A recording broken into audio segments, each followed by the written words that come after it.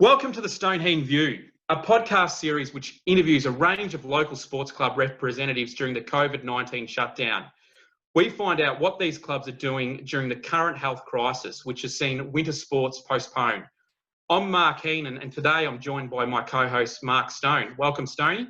Yeah, thanks, Mark. Another really interesting guest coming up today, and this young lady is a very, very special lady, and we'll find out all about her in the coming minutes. And we haven't actually discovered netball. We've done a lot on the football theme, and it obviously is a winter-based sport, but we wanted to today get on the show a guest who is really prominent in this area, and thanks for that. And obviously today our guest is a dynamic goaler, and she is an Australian Diamonds netball representative that calls the Geelong and Surf Coast region home. She's also a Melbourne Vixens player, very prominent player. She began playing netball at 7 years of age. She grew up in Anglesea. She made her debut with the Melbourne Vixens in 2010 in the ANZ Championship, now known as the Suncorp Super Netball League, which is obviously one of the most professional netball competitions in the world, which involves Australian-based and New Zealand teams. So we wanted to talk to this person today, obviously, about that. In her debut season, she was named Melbourne Vixens Rookie of the Year and was the grand final most valuable player in the team's premiership in 2014. In 2017, she was named Goal Attack in the inaugural Suncorp Super Netball League Team of the Year. And last year, she became the most capped Vixens player and the leading scorer in the club's history. She's represented Australia. She was awarded a gold medal at the 2014 Commonwealth Games, her debut tournament for the green and gold, a current member of the Australian Diamonds netball playing roster. She's a goal attack on the netball court. She loves the beach. She's a great teacher, great leader in the community, has almost 13,000 Instagram followers. We welcome to the program and the Heen View, Australian Diamonds netballer and Melbourne Vixens professional player, Tegan Philip. Welcome, Tegan. Thank you. Thanks for having me, guys. Not a problem. And we wanted to talk about what you've been doing during this COVID-19 shutdown, and we really thank you for being on the program. I guess in some ways, just take us into your world at the minute, because I understand through your Instagram at the moment that you're actually doing quite a bit of work from home with the fitness side of things. I think you might have even had set up your home gym in the garage and that sort of thing, because you can't train and go up to Melbourne and train with the Vixens players. Just take us a little bit into your world and how that came to being and setting up your own home gym and what it involves, and just take us through the fitness routine. Yeah, it's certainly been an interesting time, that's for sure. And one of the biggest parts for us was that we could still train and still do what we needed to at home. So the VIS kind of handed out, I suppose, equipment that wasn't going to be used over this period to all the athletes. And obviously netball is part of the VIS. And so we, were able to receive equipment from there. And we, also had our own stuff. So my garage is now a gym. The cars are not allowed in there. And it's all, set up and I'm in there most days.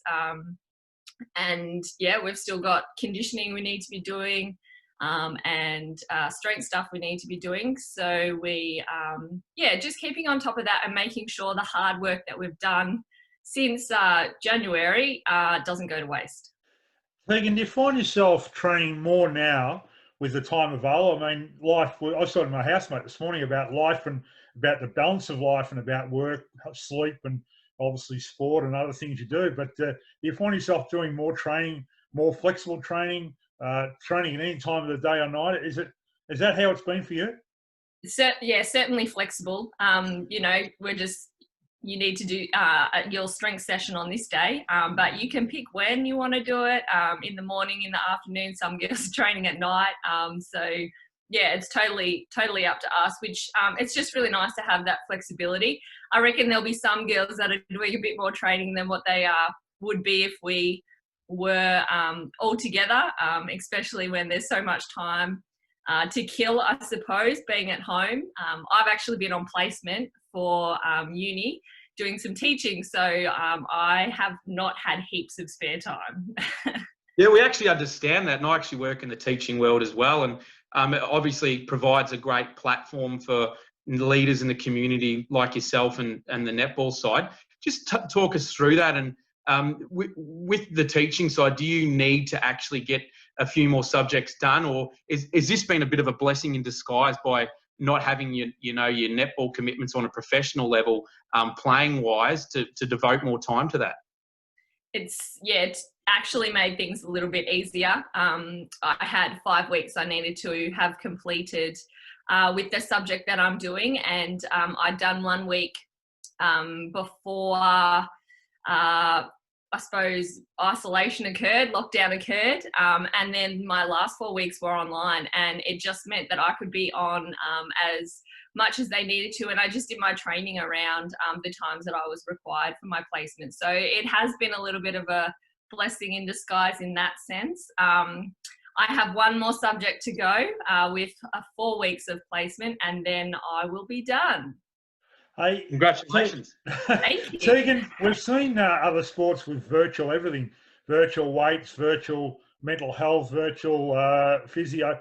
Have you been, as your coaches and communication, been through Zoom and other things with virtual everything? Yeah, certainly. We started, nearly every morning logging on at 8:45 just to check in, and then that kind of tapered off and it went to 3 times a week, and now it's just Monday and Friday, and then we have our physio appointments once a fortnight on top of that as well, just to check in, navigate our training programs and things like that. Tegan, so, obviously, it's been great. Tegan, obviously, it's been a big couple of weeks for a number of sports, and with the state government announcements of trying to ease some of the COVID-19 restrictions. And I noticed Jiva Mentor was, I think, on Sports Sunday a few weeks ago, just talking about what number of the netball players will be doing, and I think she's got some role with the Netball Association in terms of talking to the relevant bodies about maybe a return. What have you heard? I don't know whether it's through the Melbourne Vixens, but at a Suncorp Super Netball point of view, do you expect that there might be a season coming up this season? Yeah, I think the aim is that we will play out a season, and hopefully it's looking more positive that it'll actually be a full season. I'm one of the player delegates on behalf of the Vixens, so I've been in a few meetings. We have a meeting once a week with all the delegates just to check in and talk about any updates or things that are occurring, any concerns or thoughts. So I think, they're making the announcement on May 31st of when the season might hopefully start, or the date that they say then is when the season will start. So yeah, and that I don't see happening in June, July, but probably towards the back end of the season, also the year, hopefully they'll be able to fit 3.5 months in, which will allow us to play a full season. Tegan, you're a professional lady and a professional sports lady, and playing team sport against other teammates and playing with your teammates and the physical contact of it. How is the fitness at the moment, and how are your fitness levels right this moment compared to obviously in playtime, if you know what I mean? I think, fitness and no doubt for all of the Vixen girls, I'll talk on behalf of them. I think our fitness is really good and really strong and really high at the moment. There's a little bit of a difference between running fit and netball fit. So the netball fitness is the side that we'll all need to be working on when we get back together and allowed to train as a group. The first, match play that we have will be extremely hard. So it's just a different fitness, I suppose, that's required. But the girls have been doing a great job, and our S&C coach is really happy with our running results and things like that. So that's awesome. But we'll still be feeling it when we get out on court, no doubt. I actually want to take you back to last year, and you got to the finals, and it was really interesting actually, because I think your birthday's in September, and so was mine in early September. And I think it was the weekend of the preliminary final, which was the Vixens' last game, and you were playing up in Sydney. And I believe you guys got a flight back from Sydney at the time because, you were coming back and it was the end of season. You'd lost to the New South Wales Swifts, who went on to the grand final the following week. And I was actually out and about in Melbourne with a friend of mine and just celebrating the birthday and all that sort of thing. And the Vixens were out having a few drinks end of season. And, one thing that really struck me about the Vixens when I saw that, I thought, geez, they're close. I mean, I understand, some teams might have Mad Monday and all that sort of thing, but you girls, got the flight back and you're really celebrating the season. Yeah, probably a little bit disappointed you didn't make the grand final, but that's amazing. That was your last game. That weekend was your last game. Just take us into the inner sanctum and talk about sort of how close the Vixens are and talk about that experience, that last match. Yeah, obviously it was extremely disappointing to lose that one, being one game out from being in a grand final and not putting out the performance that we wanted or that we know that we could. A big part of that was that it was also Renee Ingles' last game. So she has retired since that game. And so we just, you're feeling flat and you're not feeling that great. And, your season's over now. But it's still important to acknowledge the good times and the work that we've done and, still enjoy hanging out with each other. So that's kind of, what the plans are, I suppose. And it's easy to go, everyone just go home. We don't want to do anything. But it's cool when we actually hang out and do something and just get around each other in those times. Tegan, I'm really curious about you as a young lady playing netball or playing sport, and when was the moment that you thought to yourself, I can really make a go of this netball caper to be the best possible player you can be as a young lady playing all sorts of sports, I suppose? In terms of getting, to the top in netball and elite netball, I actually wasn't really that young. I was probably about 20 when I actually started to, I suppose, realise my potential. That was when I was selected into my first Victorian state team. So I didn't play under 17s or under 19s. So my first team was under 21. So it wasn't even the first or even second year in that. And then I was contracted the following year. So for me, it happened quite quickly, really. I was just working full time, playing netball because I loved it, and then actually started to get selected for those topper teams, which was, a nice little surprise. Tegan, you obviously are a great sort of product of the Geelong and Surf Coast, and you call this region home. And in a lot of ways, one thing that I know about netballers is that they're really good speakers and they're great leaders in the community, and they're really articulated in a lot of ways. And one thing that we sort of often overlook is the local perspective. And, you've done many community-based camps, whether that's going out to clubs in the region and running clinics, or, if there's the WorkSafe Game of the Month that one of the leagues in the AFL Barwon region are hosting, and, you might be a guest speaker, or you could be just doing something with local sports bodies or volunteer-based associations. You haven't had that relationship at the moment. So just outside the Vixens, that's something that's an important space for you, isn't it? And probably something that, have you missed this time of year? It's something that I really enjoy, being able to give back to the community and support and encourage those in the community. I think I've actually had quite a few requests for, video messages and things like that have allowed me to still feel that connection over this time and still be able to give back and support different clubs and people and groups that are finding this time a bit difficult as well, and just trying to navigate their way through it. So it's different. It looks different, that's for sure. But I still have had those kind of opportunities to do things like that, which is nice and encouraging. Tegan, Anglesey, the Surf Coast. Yes. How often do you get back, and how much do you miss it? I actually go and see my physio down there once a week. So that's nice to go to the Anglesey physiotherapist there, and if I get to do that, I like to take the dog down and go to the beach. That's one of the things that I miss the most. Tegan, and something I love.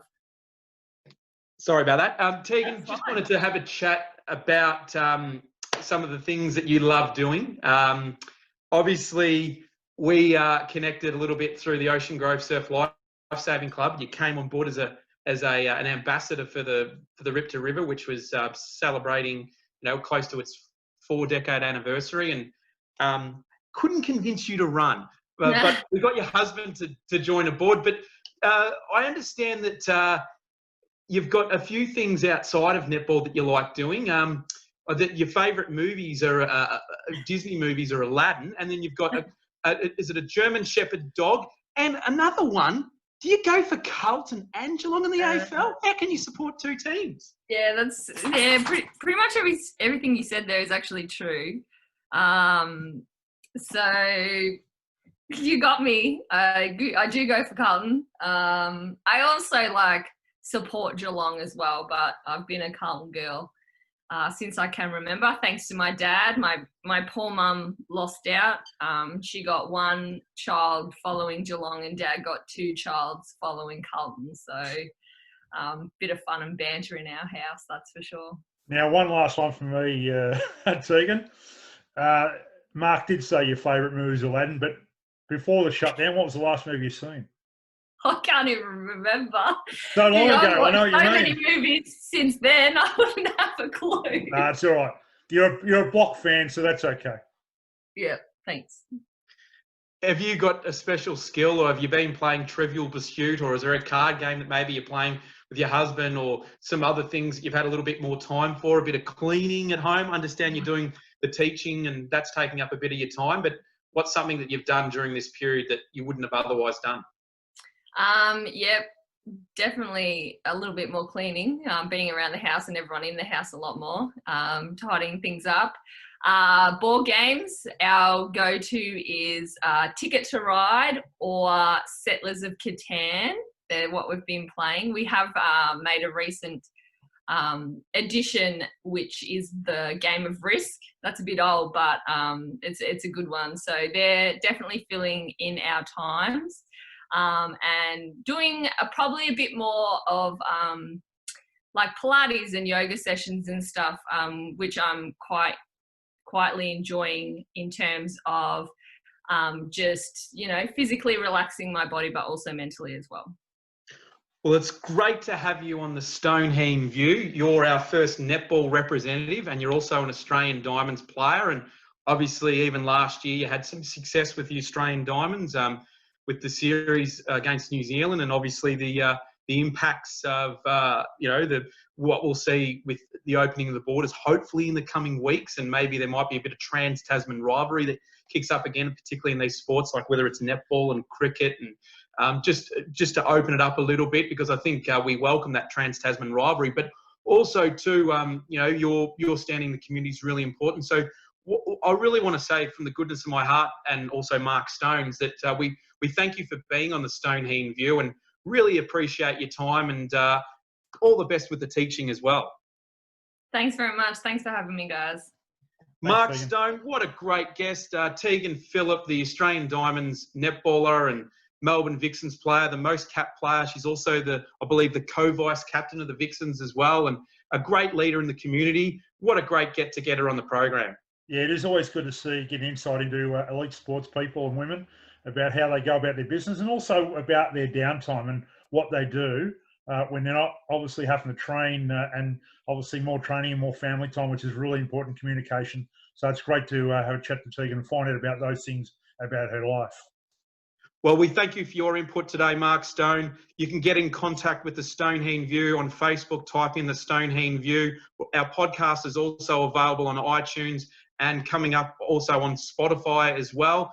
And you can get on to our Instagram page as well. We're obviously looking for a sponsor, and yeah, we want to catch up next time. We've had a number of episodes so far, and we'll continue the Australian sports theme. We're going to have an Australian bowls representative in our next episode, who's also a Commonwealth Games medalist like Tegan herself, and and someone that's a bit of an icon in the local community as a bowls coach. So thank you for joining us on the Stone Heen View. Until next time, we'll see you then.